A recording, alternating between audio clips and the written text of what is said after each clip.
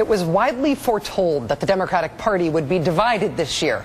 All that classic fall in love, don't fall in line, Democratic discord could cost Barack Obama the election. Isn't really working out that way. Instead, the unity issue may be a bigger problem for Republicans, as third-party and insurgent candidates today showed their stuff in Washington. The third-party candidates' press conference was led by Republican Ron Paul, who not only held a shadow dissident Republican convention in Minneapolis last week, but confirmed today that he will not be supporting John McCain. They called, and it was a bit of a surprise to me because their request was that I endorse John McCain today. And I said, well, I don't like the idea of getting about 2 or 3 million people angry at me. Add Ron Paul's millions of supporters to the support for Bob Barr, our guest here last night, who's actually on the ballot in 43 states, including North Carolina, where he's polling at 4%, and New Hampshire, where he's polling at a whopping 11% in the latest Zogby poll. Barr is polling at about 3% nationally. With this election as close as it looks like it will be, with Hillary and Bill Clinton on board the Barack Obama train, with Bob Barr and Ron Paul making a much bigger splash on the right than Nader and McKinney are making on the left, isn't the sleeper issue here that the Republicans may have a divided party problem? Joining us now, MSNBC political analyst and former third-party presidential candidate, my friend Pat Buchanan. Hi, Pat. Nice to see you. Hi, Rachel. How you doing? Great. Pat, do you think that the Republican Party is divided? They've got a unity problem this year? Well, I think if McCain had picked Joe Lieberman for vice president, I think the convention would have split wide apart. But there's no question about it. Sarah Palin has brought home tremendous numbers of disaffected conservatives, evangelicals, Catholics, and otherwise. An awful lot of my people have emailed me and said, Rachel, we're coming home. We got to come home for Sister Sarah. But there's no doubt about it that Bob Barr, in particular, and Chuck Baldwin, whose Constitution Party, they could pick off hundreds of thousands, maybe 1 million votes. And in the kind of election we're in right now, that could cost John McCain. You know, in 2000, I got about just under 500,000 votes, but my votes were the margin of Bush's defeat. I think it was Minnesota, Wisconsin, New Mexico, and Oregon. Fortunately, we helped him out a little bit in Florida. I'm not sure who you mean by we there, unless you're talking about whoever designed that ballot. Me and my friends in Palm Beach County. Yeah, you know what? There are tinfoil hats that are lighting up all over the country right now because you just said that. Well, Pat, let me ask you about the Palin locking up the base issue.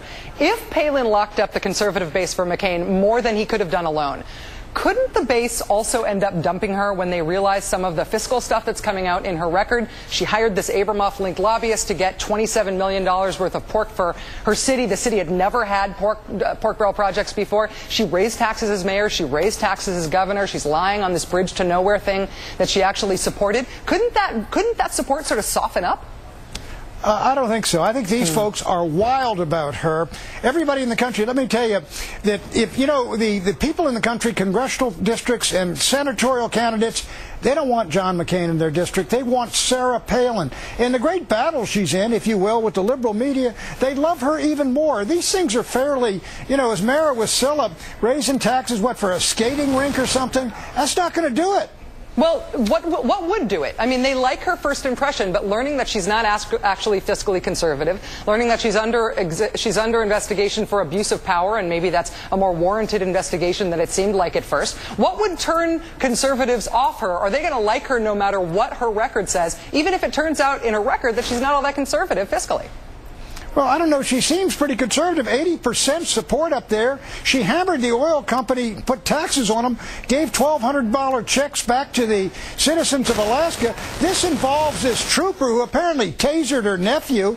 And I'm astonished to see the liberals coming to the defense of a police officer who tasered a 9-year-old kid. Well, so I don't think those things are going to do it. Psyched on the taser side of it. I think the liberals are thinking it's not a good idea to judge an investigation based on what side tells you to believe about it. People in Alaska in a bipartisan way take this very seriously. It was a unanimous vote to spend state money investigating her on this, on an abuse of power. I thought conservatives were against abuse of power. I thought they'd be mad at somebody for raising taxes. Well, look, here's a guy. It was a bad incident in the family, as I understand it. The kid was tasered. The guy was abusive to her sister, and she went after and said, "You got a rotten egg on the police force. You ought to get rid of him." I mean, that's just not national stuff. There are things I think that could, if they exploded, could damage her. We've seen things happen like that. But I don't think you got it yet, Rachel. I think you're all running up a dry creek. I just think that the depth to which conservatives will sink in terms of saying that they've got a principled stand in favor of someone, and nothing that they learn about that person violating those principles, causing them to abandon them. It's like it's a comedy. It's just a comedy every year. We decide all this stuff doesn't matter, even though it's supposedly a principled argument. But no, I mean, as governor of Alaska, she clearly has been a conservative. 80% of the conservatives. She raised taxes, Pat. She raised taxes. She raised taxes as mayor and as governor. She raised taxes as mayor of Wasilla. She gave $1,200 back to every citizen of Alaska, got it from the oil companies. She did that pipeline, which is a terrific deal, $40 billion. That's big stuff. I mean, this is all Mickey Mouse you're working on. You got to get on the main. You got to do better than this, Rachel. Yeah, you know, I just feel like as soon as I see the conservative movement stand up for a windfall tax on the oil companies, because Sarah Palin did it, that's when I'll believe this is a principled argument and not just a partisan one. Well, you know, listen, if she came out, let me say this, if she came out and said, "I'm not for life," or something like that, or "I'm for open borders," or, you know, something like that, some big issue, or "I'm for NAFTA and GATT and the WTO, I'm really crazy about these," I think she would have problems then. Yeah. But you can't do it with this stuff, Rachel. You need to get out there. Get her hunting wolves from planes and stuff like that. Oh, we got her on that too. Pat Buchanan, it is always great to see you. Thank you for joining us, Pat. Now. No, you know, hunting the wolves from planes and then hacking off their forearms to get your bounty. That is some juicy stuff. Pat Buchanan, thanks for joining us. Have you seen what those wolves do to the mooses? We'll demonstrate next time you're here. Okay. All right. Since